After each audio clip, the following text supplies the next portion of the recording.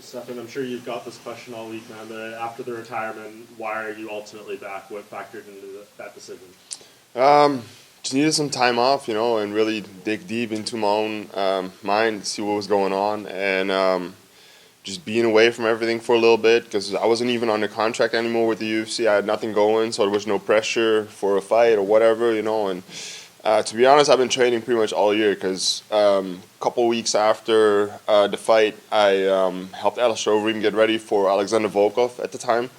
And ever since then, I've just been training. And, at first it was like 3-4 times a week. And then later on, I started pushing a little harder. And after 4 or 5 months, I was like, I'm doing so well still against all these top-level guys. I'm feeling so good. I'm having fun with it, and there's nothing really at this moment where I would like to put my energy in and go for.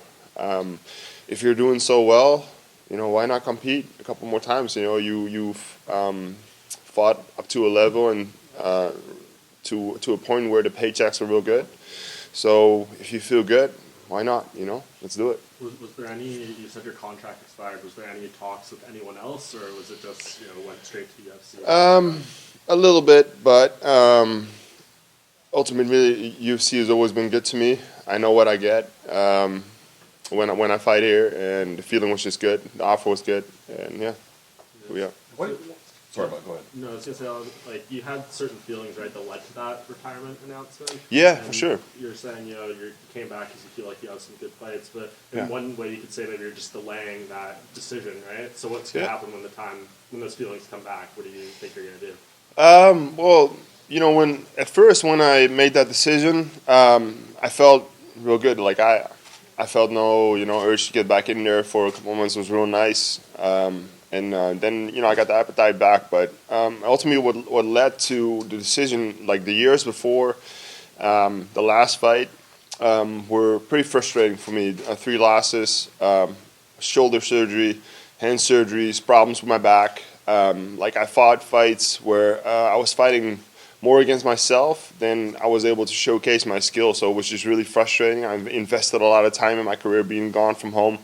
From Holland, where I was always training before that, and then I went to Florida, which was a great decision to, after all the stuff with my heart, to reignite my career.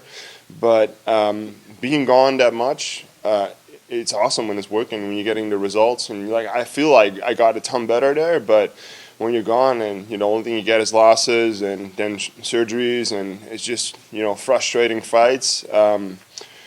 It's a mentally heavy job, sport, and if you don't get the win, then it can get really frustrating. Then that last fight happened. I had a really good training camp in Holland, back with my old team, longtime coach Bob Schreiber, and training with Team Musasi, and I felt ready, and we changed some things, and I had a really good training camp. And then after 3 to 5 seconds, I was on my butt, and I didn't know what happened. He caught me with that shot he threw, his first shot. I threw a kick. And it all had to do with my focus not being right, not being where it needs to be to step into a cage and fight some other man. I was going to throw that kick and stop somewhere halfway, and he stepped in deep, connected, and I hit the ground, and I didn't know what hit me. So I was surviving that first round with, not knowing what had just happened. So I was just, trying to get my mind straight again and refocus, and luckily I was able to do that. But it took a lot out of me, to do that at that point, especially after the years before that with those fights. Second round, I was able to change the focus, refocus. I took him down, and ultimately, in my opinion, finished him pretty easily, showcased my skill at that point. But it took a lot out of me, especially after all the stuff that happened before that. And I was just done at that point. So it was just me being honest, the way I felt. I felt like if I would go in there a couple months later with that focus, it wouldn't be a good result. Probably it would be, putting myself in danger, unnecessary danger, because, there's nothing wrong with losing the fight. But as long as you're feeling good, you can get hurt in there too, and now I'm having a great camp, and, I'm fine with knowing that whatever happens, I put all the work in, I'm going to have a great fight. He can catch me, but right now, I put so much pressure on myself before the last fight too. It was all about winning instead of just how to win. You know what I mean? The focus was just not right. But now I feel good. I'm feeling really relaxed, and just where I need to be, where I was in the past when I had my best fights. Stefan, a lot of MMA fighters do exactly what you have done, where they have these long careers. They get to a point where they say, maybe I'm done. They take time off, and a lot of them come back. What does it say about MMA that you see this pattern all the time? It's mentally heavy, man. It beats on you, and especially when you have a streak, like I just said, like it can really beat down on you. And like sometimes you got to be smart and, take yourself out of harm's way that way, because, getting knocked out, it's what I say, like anything can happen when you go in there, as long as you did everything and you're in the right spot mentally and physically. Like if you get caught, you get caught, you know what I mean? But if you go in there with the wrong focus and you just fight for a paycheck, like there's, yeah, it's silly. It's a mistake, sometimes you need to refocus, be gone from everything for a little bit, take a break, refocus, really dig deep into your own head, and see what's going on and try to figure it out. Should you do that to the point where you waited till you were very at the end of your rope, right? Should you do it as a normal part of your routine? A lot of fighters say, I want to be active. Uh-huh. Are you suggesting that maybe that's not the best way, like taking some time between fights is better? It's hard, man, but it's really hard to say because those fights didn't go my way. But like, for instance, Arlovsky, I had a pretty good camp, but I blew my back the week of the fight. But then you put so much work in there. What are you going to do? Are you going to pull it out of the fight just, because you blew your back out that week? Or, you're going to miss a paycheck too. You invest like 3 to 4 months and then there's no paycheck at the end of that. After you invest a lot of time and money in that, it's sometimes it's so hard to make these decisions because it's not just, for most guys, it's just not just, sport, the things they like to do, but it's a paycheck too, It's like, if the paycheck doesn't come, like, what am I going to do? Like, it's very hard, man. A lot of things come together. And, yeah, sometimes you need to really just step away and really take some time instead of just a couple weeks. Like, I needed a couple months to really refocus. So.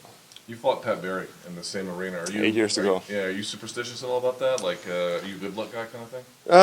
No, man. Like, what I say, anything can happen. I just know that I had a really good training camp. I'm ready. I feel like an improved fighter. We changed some things. Training back with my longtime coach Bob Schreiber, we implemented some things which we think I can do really well with this fight. And I really hope that I get to showcase that this weekend. For the rest, it's fun to be back. It's crazy that it's already 8 years. It's just insane to me that time flies by so fast. Yeah.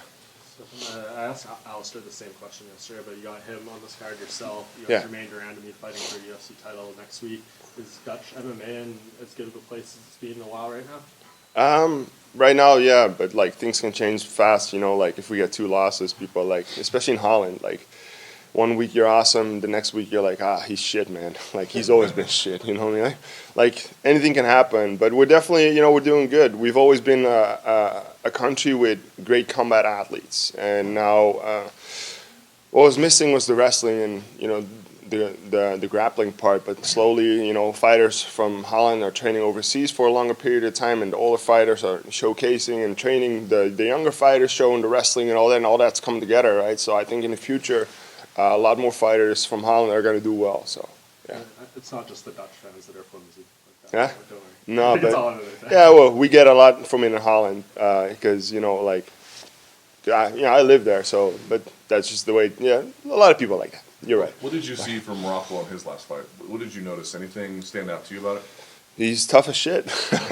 Yeah, man. Like sometimes things don't go your way. He can take a shot. He's got a lot of power. If you move a lot, he struggles. If you stand right in front of him and you don't move into angles, you make it a brawl. He's gonna probably catch you and win that fight. So I need to find the solution for that. And what I said, we implemented a lot of new things into training. I think it's gonna work really well. So yeah, he's really tough, man. He had a great streak in 2016. At the same time, he got 2 suspensions around that time, and now he's on a 3-fight skid. But also, he just fought Blago Iganov, and that decision could have easily gone his way. Like if he would have been given that decision, nobody would have been surprised. So then it would have just been 1 loss. His last fight. Obviously, we studied that fight, and for sure we see a lot of chances and all that, but it's also still the heavyweight division. You know what I mean? Like one shot can end it. So I really feel good, and I hope I really get to show the skill, the new things we added. You mentioned the health issues in the past, the troubles with your heart. I know it's a while ago now, but I mean, I've had my own share of heart issues, and a lot of people have. Does it still kind of sit in the back of your head in terms Always, of? because it's right here, right now. It's not like something happened and it's gone. You know, like I was born with a heart defect, and that'll be here for the rest of my life. You know what I mean? And sometimes when things get hard in training, like you can question yourself. Everybody questions themselves. Like sometimes when you have a bad day, you're tired. I'm like, really, is this me, or is it like I'm just having a bad day, or like but it's been so stable ever since they found it, and it improved a lot since they found it, and then it's been stable at that level. The way I feel in training, man, most days when I have good days, like my conditioning is awesome, especially for a heavyweight my size. 7 foot, 270 pounds. Like, how much is it really like slowing me down? I don't know. Like, I probably would have been a lot better if I didn't have it. So, but that's just guessing. You know what I mean? Like, it'll always be here, and I just have to be smart with it. This is my 23rd UFC fight. I already had like 22 pro fights before that. In the past, we used to train really, really hard. I was still training really hard, but we definitely trimmed down the training a little bit. I train 8 times max a week, of which some sessions are really chill, and I do much better. In training, I feel much stronger. My training partners say, this is the best you've ever been, the strongest you've ever been, I just got to be smart with it, learn from it, and try to improve it every single time. Alistair's headlining the card tonight. He's 39, I believe. I know we talked about you coming back, maybe just a few fights. Is there any scenario where you see yourself going that long? No, I don't think so. Like, at first, when they found it, it was like 5 years ago, and I thought like that window, like 5 years, is probably a good window to to keep on fighting. Now we're a little past that, but I'm still feeling great. So. But I just want to be smart with it, and I always say, I tell my cardiologist too, like, don't look at me as like, you're gonna end my career if you have to tell me something bad. But he's really happy with the way it looks, and like I'm not gonna fight into my late 30s, but right now it's a really good paycheck. I'm doing something I like. It's a life's work. I'm proud of it too. Like what I achieved, especially with that heart defect, is most people with that defect are told very young that they're not going to be able to do some sort of combat sports or whatever, like they should be careful. And if, when I think about that, all the things I got to do, travel the world, all those fights, I've had over 40 pro fights, man. When you think about it, it's pretty insane, right? So I'm just grateful and happy that I'm still able to compete on this level. And, The next title fight is going to be Stipe and D.C. for you. What do you think is in the better interest of the heavyweight division? Is it Stipe keeping the belt, or is it going to be D.C. winning, retiring, giving it up, and then you can get 2 new guys in there?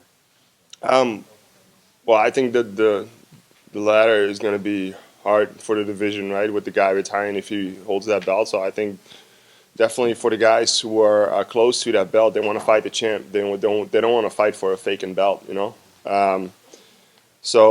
see, man. I'm just looking forward to the fight. It's going to be great. And there's a lot of new blood into the heavyweight division. It's fun to see that, man. It's changing a little bit, too, because it's big, athletic guys. They're getting bigger and more athletic every single time. So, the landscape is looking good for the division. Yeah. Thank you. All right, thanks. All right.